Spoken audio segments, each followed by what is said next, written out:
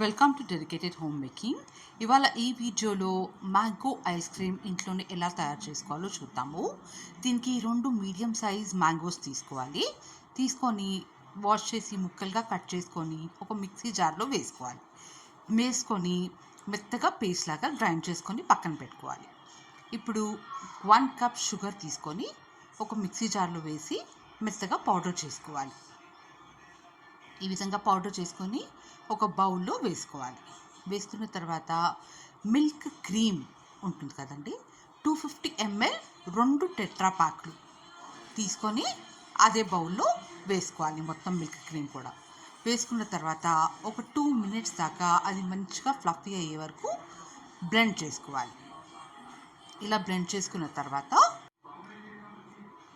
దీంట్లో 1 cup milk powder వేసుకోవాలి. నేను ఎవ్రీడే మిల్క్ పౌడర్ తీసుకున్నానండి, మీరు ఏ మిల్క్ పౌడర్ అయినా యూజ్ చేయొచ్చు. 1 కప్ మిల్క్ పౌడర్ ఆ బౌల్లో యాడ్ చేసుకోవాలి. యాడ్ చేసుకొని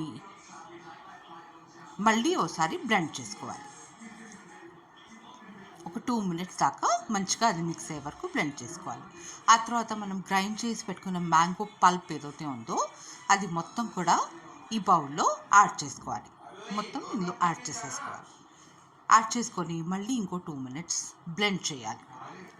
బ్లెండ్ చేసిన తర్వాత మ్యాంగో ఎసెన్స్ ఒక 6 to 8 డ్రాప్స్ వేసుకోవాలి. మీ దగ్గర మ్యాంగో ఎసెన్స్ లేకపోతే వెనిలా ఎసెన్స్ ఒక 1 టీ స్పూన్ వేసి, ఎల్లో ఫుడ్ కలర్ ఒక 4 డ్రాప్స్ వేసి మళ్ళీ ఒకసారి బ్లెండ్ చేసుకుంటే సరిపోతుంది. బ్లెండ్ చేసుకున్న తర్వాత మొత్తం కూడా ఒక ఎయిర్ టైట్ బాక్స్లో వేసి మూత పెట్టి ఫ్రిడ్జ్లో ఒక 6 to 8 అవర్స్ దాకా పెట్టాలి. అది ఫ్రీజ్ అయ్యే వరకు పెట్టాలి. ఈ విధంగా కవర్ చేసి పెట్టిన తర్వాత 6 to 8 అవర్స్ తర్వాత ఐస్ క్రీమ్ రెడీ అయిపోయిందండి. చాలా అంటే చాలా యమ్మీగా ఉంటుంది. మనం ప్యూర్ మ్యాంగో పల్ప్ వేసి చేసాం కాబట్టి పిల్లలకి కూడా మంచిది. ఇందులో ఎటువంటి కెమికల్స్ కూడా మనం యాడ్ చేయలేదు. సో చాలా హెల్తీగా ఉంటుందండి. ఈ విధంగా స్కూప్తో తీసి ఒక సర్వింగ్ బౌల్లో వేసి సర్వ్ చేసుకుంటే ఎంతో టేస్టీగా ఉండే మ్యాంగో ఐస్ క్రీమ్ రెడీ అయిపోయిందండి. నేను ఎన్నో ఐస్ క్రీమ్స్ రెసిపీస్ పెట్టాను.